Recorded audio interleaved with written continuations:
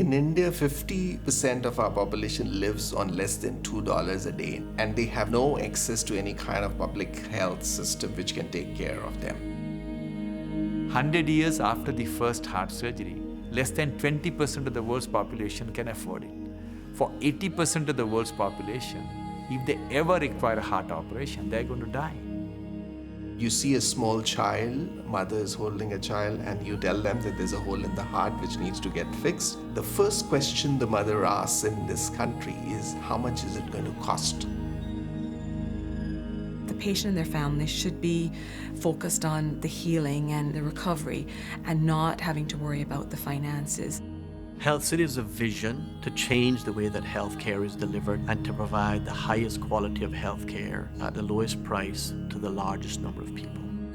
Anyone that doesn't believe that healthcare is being disrupted outside the boundaries of the U.S. is not watching what's happening in the Cayman Islands, and they're not watching what's happening in India. We have to find ways of reducing cost. You can no longer spend 18 or 19% of your GDP on healthcare. It's unsustainable. I believe that India will prove to the world that the wealth of the nation has nothing to do with the quality of healthcare. And once that happens in India, it will be very easy for other countries to follow.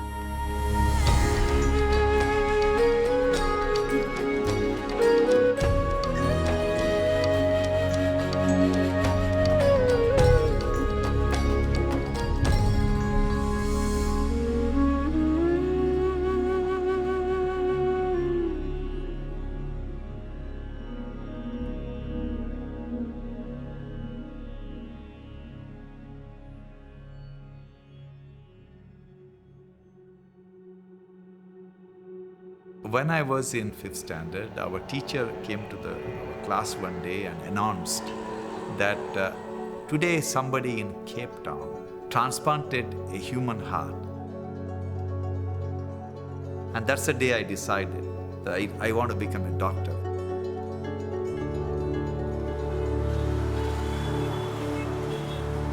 In your country, you have vehicular traffic jam. We have a human traffic jam. Cardiac surgeon like me in this country, or most of the surgeons, our job has been reduced today to put the price tag on human life. As surgeons, we in India, when we are operating on these patients, we are also under tremendous pressure because it's not the question of just getting it right. It is the question of the impact an accident can have on the family. It can be devastating. If a 50-year-old breadwinner of the family dies, the children and the wife will be on the street. There is no one to take care of them. There is no social security system. We need to do 2 million heart surgeries a year. And all the heart surgeons in the country put together perform only 120,000 heart surgeries. What happens to the rest? 1.9 million people die within the next few years because they couldn't afford the heart operation. And in the process, we perhaps produce one of the largest number of young widows in the world. It is a calamity. In India, heart attack is a disease of the young breadwinners of the family. This is the social impact of one disease called heart disease. Now you add cancer, you add other diseases. You can imagine what havoc healthcare plays in the life of people living in developing countries where there is no social security to protect us.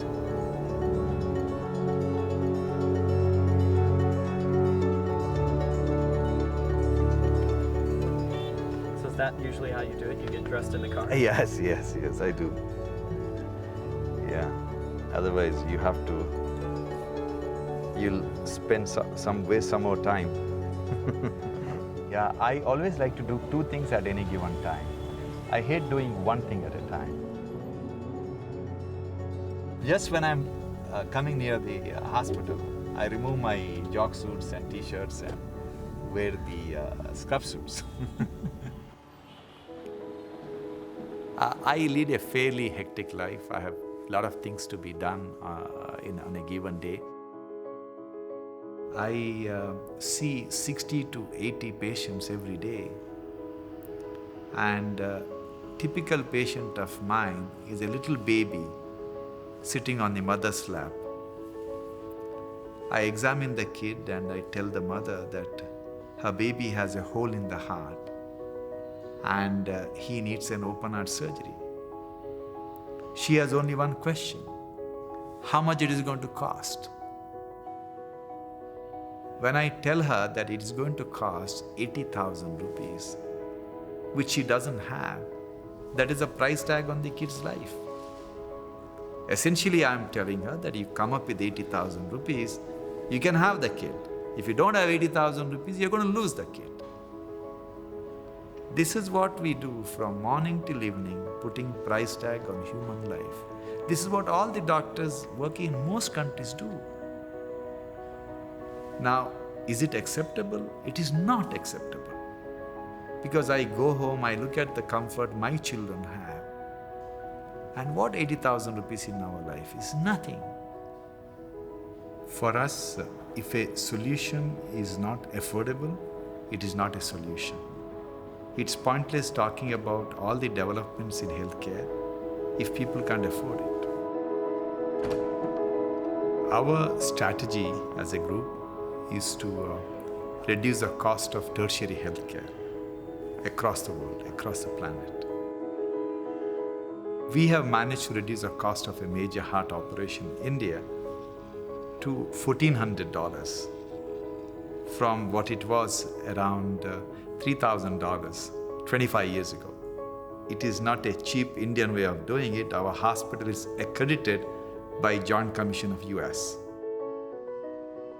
Our target is to do a major heart operation for $800. But the reality is that people simply can't afford to pay for the healthcare the way the cost is going up. Forget about poor countries, forget about developing countries, even the first world countries struggling. The first question the mother asks in this country is, how much is it going to cost? They don't ask you what is going to be the growth of the child, whether it's going to be painful. They don't ask those questions. And some of them are even scared to ask the question as to what it is going to cost. They have empty look in their eyes. And when you see that day after day, you know something needs to be done. This hospital started in the year 2000 by my father, and why he built his own hospital is that he spent a whole lifetime working in other people's hospitals. He would see close to 100 patients a day, but very few of them would come back the next day, and he'd wonder why that was. When he looked into it, he found that most people just couldn't afford to get heart surgery done. So in every institute that he joined and helped set up, he tried to create a culture of lowering costs, make it more affordable. But he could never have that flexibility till he started out on his own. Our basic target audience is essentially middle to the bottom of the pyramid. And we work on a cross-subsidized model because we are not a charitable hospital. We are self-funded and we fund all our expansions of our own money. So we need to be sustainable. We need to be making a surplus to be able to invest it forward in putting up more and more hospitals. Today we have 26 hospitals across 16 cities. So the entire model of treating the poor comes from the people who can afford treatment. And if we are able to attract enough number of paying patients within our system, that helps us, kind of take care of the poor. We do not turn away anybody. But to do that, we need to have paying patients, people who can afford to pay, to come to us and avail of our services. So the challenge is to market to them. We have a great model. We have something that not a lot of people in India, or I would say anywhere else in the world, are looking at. And we use that to grow to 26 hospitals across India. We've continuously challenged the cost paradigm in India. The cost of an open heart surgery in our group hasn't changed in the past 15 years, whereas the cost of everything else has gone up. So we want to keep pushing the envelope. And we started out at $3,000 for a heart surgery. Today it's $1,400. One day we'll make it $800. When you restore a baby back to normalcy and you hand over that baby to a mother, oh, it's the greatest feeling. Because when you take that baby over from them, it's a huge responsibility. Because you do not know whether you're going to hand back a living baby. And when you can do that after a complex heart surgery, I mean, what greater joy than that? Are you feeling good? You have your breakfast? That has kept us going. And to date, not a single baby has been sent away for lack of money. And if we can say that honestly, and we wear that on our sleeve, I think it'll keep us going till as long as we can go.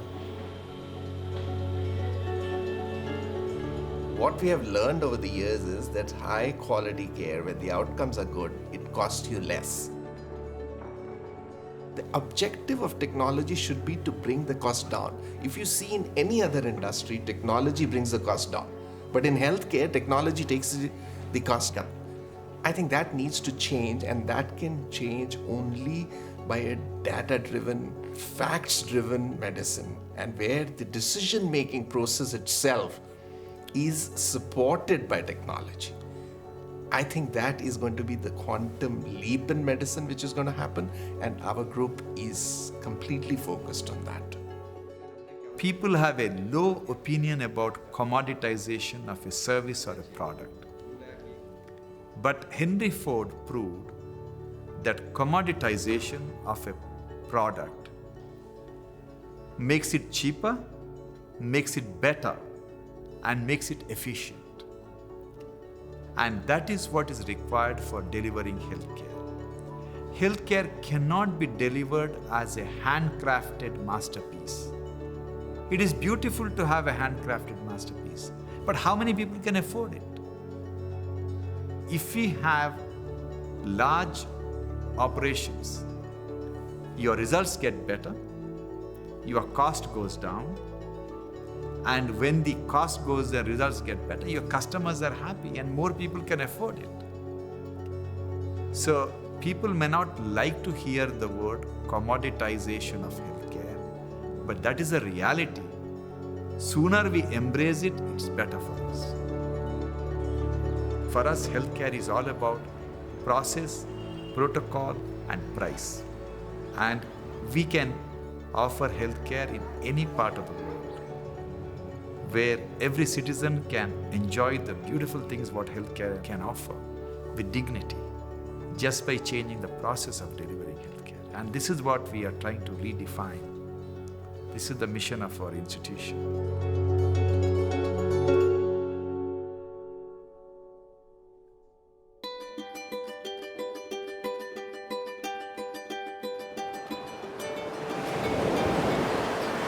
I live for the ocean. It's how I'm rejuvenated. It's a part of who we are. We're an island, you know, we're surrounded by water, and that's what we live our lives based on is the ocean. I'm Gene Thompson. I'm a 9th generation Caymanian. Love the Cayman Islands, great people, phenomenal people. We have about 125, 126 different nationalities here.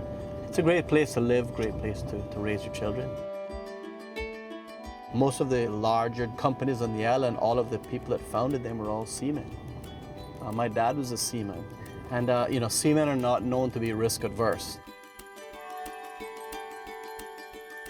I lost my dad due to the lack of adequate health care being available on the island. Very significant challenge back at that time. I think there comes a point in time in life where, you know, your thought process matures and your value systems mature.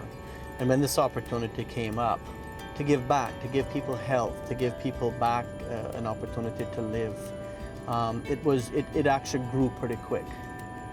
Especially when you get the spirit of Dr. Shetty with you and that whole, you know, that his vision and his drive.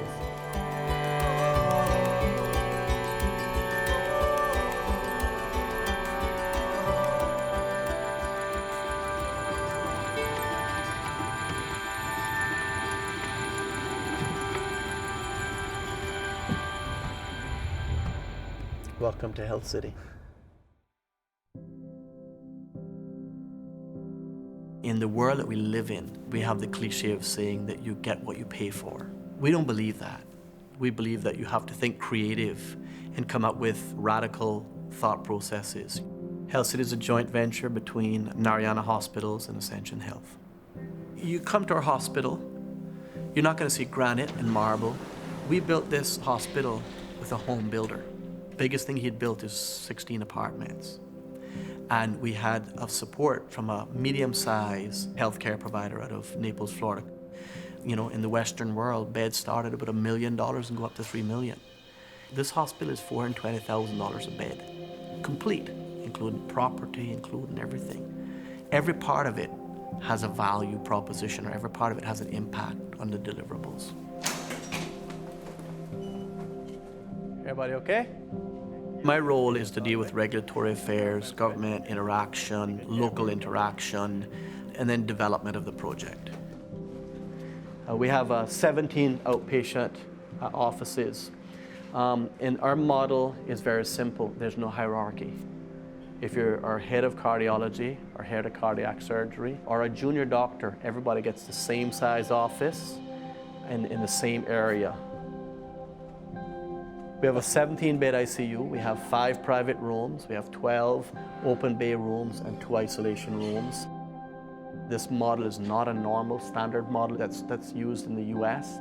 Over every ICU bed, we have natural light. And if you look at those silver racks, those are actually the nurse's station. They sit at the foot of the bed. Our operating rooms have windows to the outside, huge windows. That's another part of Dr. Shetty's model, that they believe that natural light allows the doctors to work better, more efficiently, longer period of time.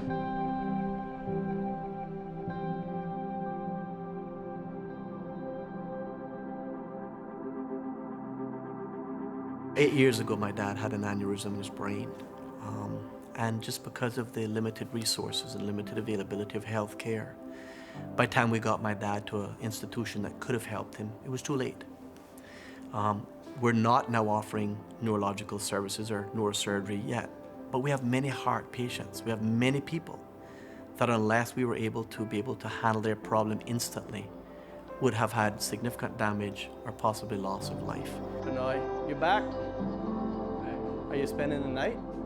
Again? Dr. Benoit is our head of cardiac surgery. He's one of the most prolific cardiac surgeons in the world. And he's here to implement this new system of health care.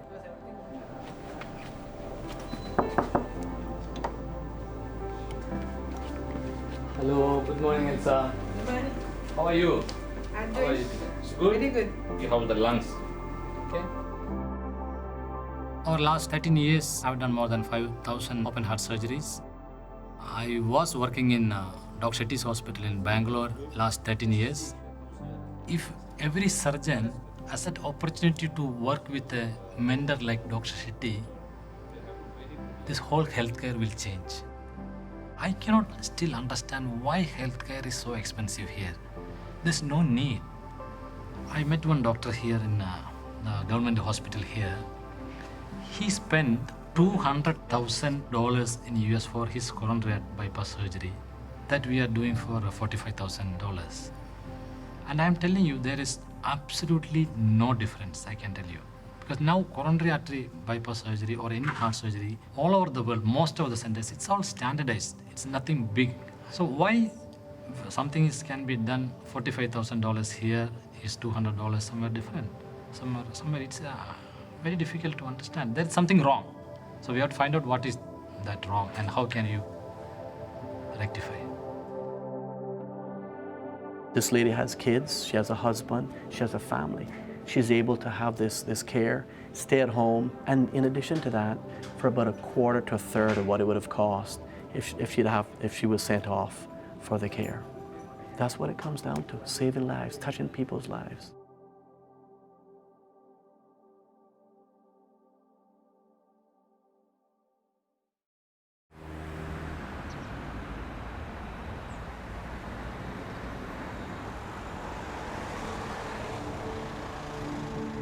I'm Osborne Bodden. I'm the Minister of Health sports, youth, and culture for the Cayman Islands. Culture is something I'm very passionate about because it's a chance for me to preserve and ensure that we take care of our Caymanian traditional culture and our evolving culture. Health insurance is mandatory in these islands, so everyone is encouraged to have insurance. We have a local government insurance company called Cineco, which has worked very hard at coming up with arrangements with various medical institutions in the US to cap the cost and to manage those risks. So we look carefully at cases before they're referred overseas, and then we channel them to where we think the best care can be obtained. Cineco stands for Cayman Islands National Insurance Company, and we are owned exclusively by the Cayman Islands government. Whilst we're a government-owned company, for lack of a better word, I don't think we want to see the government managing this pool of risk. We'd rather than make a health insurance company manage this pool of risk, and the government then subsidize or factor in what it needs to keep the pool balanced on itself. When I assumed the role of CEO at Cineco, at that point I met the CIO, the Chief Information Officer, Dale Saunders, who was at the Cayman Islands Health Services Authority. And we started the collaboration of implementing the system and kind of looking at what we as the insurer needed out of it and what he as the Health Services Authority needed from the system. And during our collaboration on that system, we didn't recognize some of the challenges of the entire healthcare system as a whole. My name's Dale Sanders. I'm a healthcare executive in the U.S. and former Chief Information Officer for the National Health System in the Cayman Islands. The Cayman Islands healthcare system is kind of a combination of the best parts of a Canadian healthcare system, a U.S. healthcare system, and a United Kingdom healthcare system. The federal government here in the Cayman Islands subsidizes and they encourage healthcare delivery and innovation, but they don't tell the CEO, Lizette Yearwood, of the Health Services Authority how to go about that. Healthcare here in the Cayman Islands has really come a long way in the last 50 years. We were a very, very small hospital and we have learnt a lot of things as we have grown. And the Health Service Authority really welcomed Health City when they came to the Cayman Islands. There was a little bit of a learning curve for the local population and for the local doctors as well. They thought that this could possibly be a threat for their book of business. And Dr. Shetty and his team met with myself and a number of the senior leaders and other managers as well to understand what were the regulatory requirements here in the Cayman Islands. I think it's safe to say that the Cayman Islands have never shunned away from risk. We saw the value. We actually made amendments to the laws and regulations to allow them to have their doctors come here and practice. We had focus groups for the better part of 2 years. We saw over 3,000 people in those focus groups in settings of as many as 10 to as many as 50 to 100. We signed our first MOU on the 18th of October 2009. That agreement through back and forth with government, negotiations with government, required the changing of 9 laws and 13 regulations. We've actually been operational probably just over 3 months. I get somebody coming into this hospital almost once every 2 days who wants to know what we're doing. Maybe 150 to 200 physicians have actually inquired about whether they could actually join us.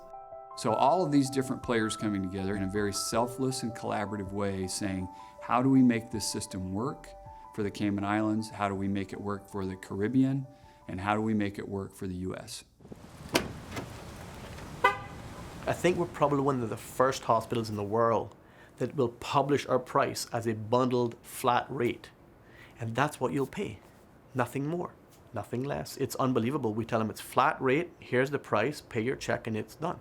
And it's very, very amazing to them because they know that we'll send no other bills.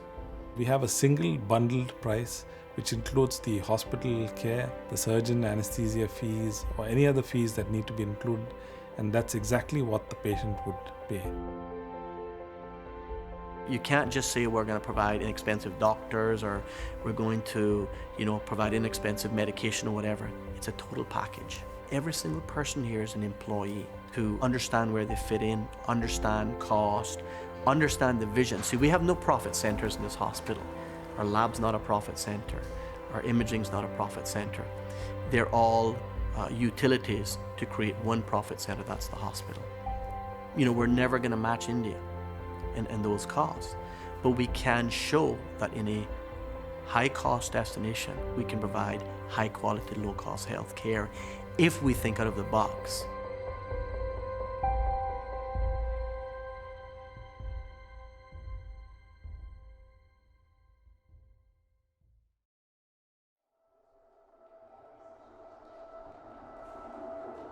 I left England in '89 and I started working in a hospital in Calcutta. And those days there were no mobile phones. And we used to have a land phone line connection in the operating room. And when I was in the middle of an operation, my anesthetist took a call and he told me that some patient wants me to make a house call. And I politely told him that I'm a heart surgeon, what do I do at home? And then the caller insisted that I visit the patient, saying that it might perhaps transform my life. And that patient happens to be Mother Teresa. She introduced me to the power of simplicity, power of compassion, power of love. Like one of our very famous statements, which I have in my office, is that hand which helps are holier than the lips that pray. She is a nun, her job is supposed to pray, but she herself believes that helping other human beings is the best form to reach out to God. But when I operate on a little baby with a hole in the heart, it is no fault of the kid that he is born with the problem. And the beauty of treating them is that one operation, once in their lifetime, we can cure them. I'm a physician by training and I've seen a lot of pain and suffering. And my only thing which drives me and what I work for is to remove that pain and suffering from people's life. That's what drives me. We are all living in a global village. Healthcare has to be available to everyone on this planet with dignity. It's about saving lives, to provide the highest quality health care to the most people for the cheapest price, because humanity deserves it. There is no Indian way or there is no American way. There is just one way of caring for people. And that should be something which doesn't leave anyone behind. Something has to be done. It can't go on like this. And we know it can be sorted out. We know it can be solved. And that is what we are trying to do. And it's going to happen. I'm convinced about it. And it's going to happen in our own lifetime.